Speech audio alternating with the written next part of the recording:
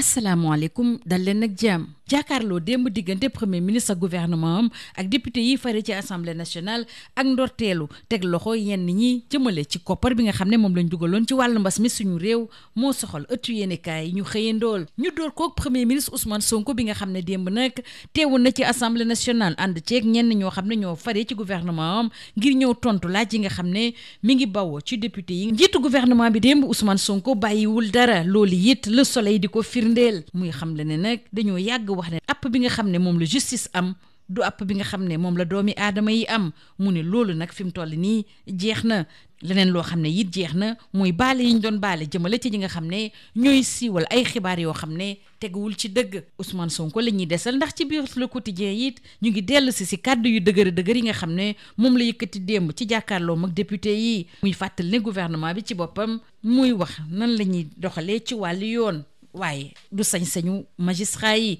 ci jàkkaarloo boobu nga xam ne nag député yi faree ci kujje gi teewuñ fa woon ànd ceeg ñenn ñoo xam ne dañoo faree ci groupe des non inscrits premier ministre Ousmane Sonko bàyyiwul dara ci li nga xam ne moom lañ ko doon laaj jëmale ci wàllu financement yi bu ñu sukkandikoo ci Nando Cabral Gomis bi fa teewaloon ëttu yéenekaay bu groupe Sud Communication mi ngi xam le ne jiitu gouvernement bi lu leer la wax jëmale ci wàllu xëy ci wàllu yoon ak it ci wàllu yàq der jëmale nag ci xarab bi ngay xarab saa su ne ñi fare ci wàllu yoon ci suñu réew ñëw na firndeel foofule gis-gisu président Bassirou Diomaye Faye muy it fàttali ñi nga xam ne ñooy juge yi seen wareef am ay résultats muy fàttali ñi nga xam ne nag dañ ko bëgg a xarab jëmale ci wàllu politique nit kenn mënul xajamal cereem ndax ci géewu politique bi ragalu ci kenn ci loolu la sax Le Quotidien ñu ngi xamal ne nag moom Ousmane Sonko dafa woo Thierno Alassane Sall ñu ñëw waxtaan ci contrat yi nga xam ne moo jëm ci wàllu gaz suñu réew moo tax it ki jiite République des Valeurs di Thierno Alassane Sall tontu na nee na d'accord na ngir ñu jàkkaarloo waaye kay li ko desa leer mooy ndax premier ministre Ousmane Sonko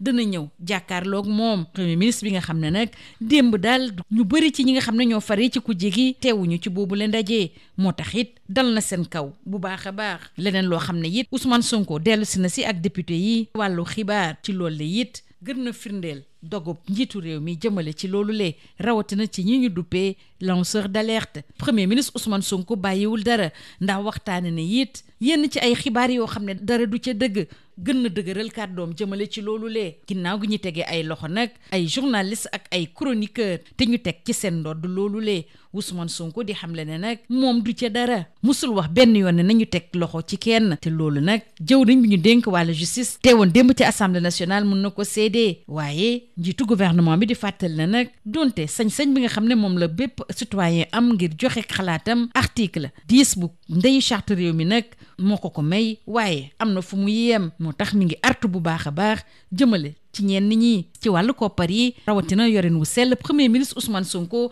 xamle ne dañoo jëm ci ay coppite yu taratar kàddu yu dëgër yi nga xam ne moom la Ousmane Sonko yëkkati démb ci kanamu député yi rëccul it benn yoon waa laas ak it waa yoor ñu ne nag dafa gën a dëgëral ay kàddoom ndax dafa fàttali ci biir yoor yi ni sénégalais bu ne lañ war a jox cër bi mu yellool te loolu nag nguur gi moo ci war a taxaw saa su ne ku nekk am nga sañ-sañu wax li nga xalaat waaye nag képp ku yëkkatiiti kàddu bu yeboon nga jël say responsabilité rawatina kàddu yi nga xam ne moom la ñuy siiwal jaarale ko ci média yi ak ñiy yëngu ci wàllu média yi di journalistes yi la ñuy desal ndax waa laas ñuy xamal ne jëmale ci Dakar atum 2025 xalif bi di Thierno Amadou Tidiane Ba moom nag soññ na bu baax a baax journalistes yi ñu gën a xoolaat seen taxawaay gën a bàyyi xel nag charte yi nga xam ne moo lal seen liggéey ñu des ak taskatu xibaar yi ndax ëttu yéenikaay yi ñu xëyandool ñu ñuy xamal ne Simon Pierre Faye jiite rédaction yu Sen TV ak Zik FM bàyyi nañ ko mu dellu këram waaye nag yoon da koy bàyyi xel bu baax a baax ndax dañoo teg ci ndoddam li ñu duppee contrôle judiciaire moom mi nga xam ne nag ñu ngi ko tegoon loxo ci àjjuma te li ñu koy toppee mooy siiwal ay xibaar yoo xam ne dara amu ca ci wàllu yoon jàpp leen ak waa laas ni Abdou Nguer mi ngi ci loxob yoon ci wàllu yoon la ñuy des waxtaane nag koppar yi nga xam ne moom la ñu dugaloon ci wàllu mbas mi ci suñu réew ak coow bi nga xam ne moom la juróon ci Sénégal ci loolee Les Échos dañu xamal ne waa DIC tàmbali nañu liggéey bi ndax lu ëpp fukki doomi aadama teg nañ leen loxo bokk na ci ay DAGE ay fournisseur ak ay intermédiaire ci DAGE yooyu lay bokk na ci ki nekkoon DAGE bu ministère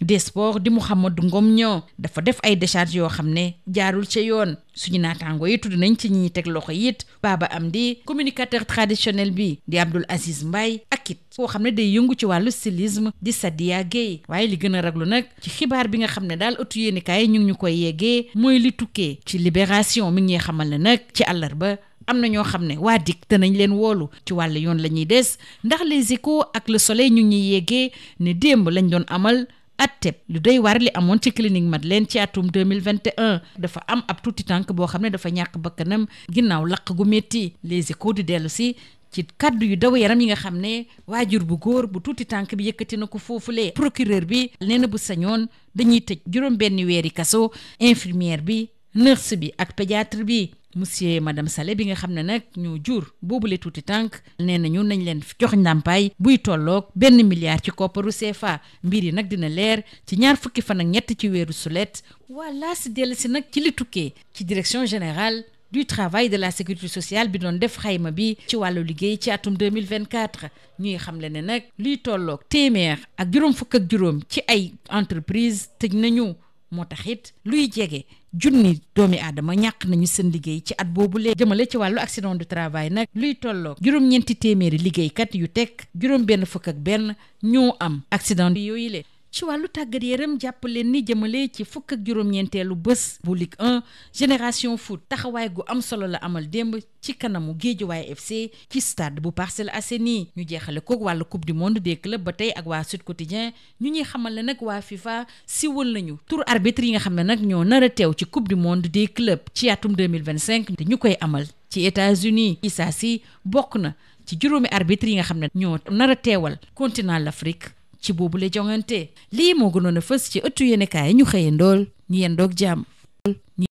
Bonjour. Le face-à-face entre le gouvernement et les députés hier à l'Assemblée nationale ainsi que le démarrage des arrestations relativement au fonds Force Covid-19 sont les sujets qui intéressent la presse du jour. Le Premier ministre Ousmane Sonko s'est soumis hier, lundi 14 avril, avec des membres de son gouvernement à la séance de questions d'actualité devant la représentation nationale. Selon Sud Quotidien, lors de cette séance boycottée par les députés de l'opposition et certains de leurs collègues du groupe des non-inscrits, le Premier ministre a été interpellé sur plusieurs sujets brûlants de l'actualité, notamment les licenciements engagés par le nouveau régime dans plusieurs structures publiques. D'après Nando Cabral Gomis, Ousmane Sonko embrasse la ligne Diomaye et rappelle les juges à leur devoir de résultat consécutivement aux critiques contre la justice et sur la loi sur l'accès à l'information et à la protection des lanceurs. Ousmane Sonko relance l'engagement du président Bassirou Diomaye Faye et il hausse le ton et décrète la tolérance zéro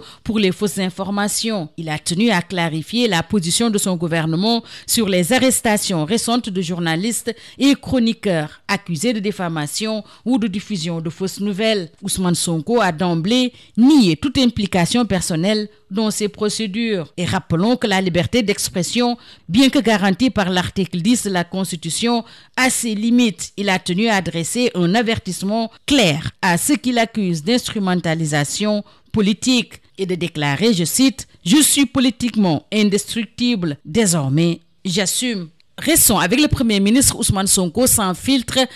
indique Le Soleil. Il n'a pas mâché ses mots sur les sujets sur lesquels il a été interpellé. Selon le chef du gouvernement, le temps de la justice est le temps des hommes et il doit être rendu avec célérité. Et désormais, c'est zéro tolérance en cas de diffusion de fausses nouvelles. Restons avec Ousmane Sonko, tout chaud d'après Le Quotidien. Il insiste, notre politique pénale sera tolérance zéro et je n'ai jamais fait arrêter personne. Et le Premier ministre d'indiquer l'indépendance de la justice ne signifie pas république des juges. L'opposition ayant opté pour le boycott, le Premier ministre tire sur des ombres. Il en a profité pour lancer des pics à la minorité parlementaire. Le Premier ministre Ousmane Sonko qui a appelé Thierno Alassane Sall à débattre sur les contrats gaziers. La réponse du leader de la République des valeurs n'a pas tardé. Selon Le Quotidien, le député non inscrit a répondu favorablement à l'offre de débat public, mais reste sceptique quant à la volonté réelle du leader du parti PASTEF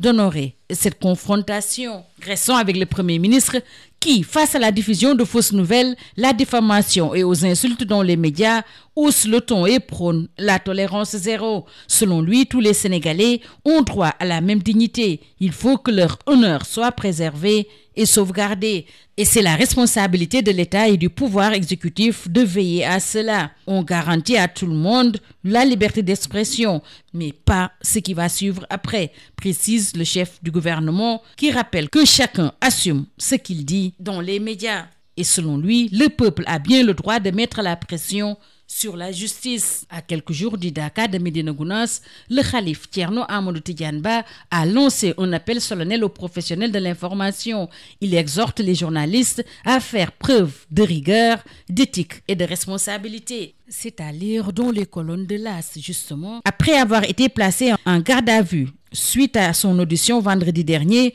le journaliste et rédacteur en chef de la Sen TV et de la Zik FM a finalement été libéré hier. Simon-Pierre Faye a obtenu la liberté sous contrôle judiciaire. Pour rappel, le procureur a retenu le délit de diffusion de fausses nouvelles contre le rédacteur en chef du groupe des médias, au moment où l'AS informe que le chroniqueur Abdou Nguer a été placé en garde à vue. Restons dans les couloirs de la justice avec les enquêtes sur l'audition des fonds force Covid-19 qui ont été déclenchées hier lundi avec une série de convocations à la DIC. Renseigne Sud Quotidien. Pour les Échos, ça s'emballe dans la gestion des fonds force Covid-19 avec une dizaine d'arrestations hier à la DIC. Des DAGE, des fournisseurs et des intermédiaires sont en garde à vue. Baba Amdi a été soupçonné de n'avoir pas justifié tous les 112 millions de francs CFA reçus pour son association.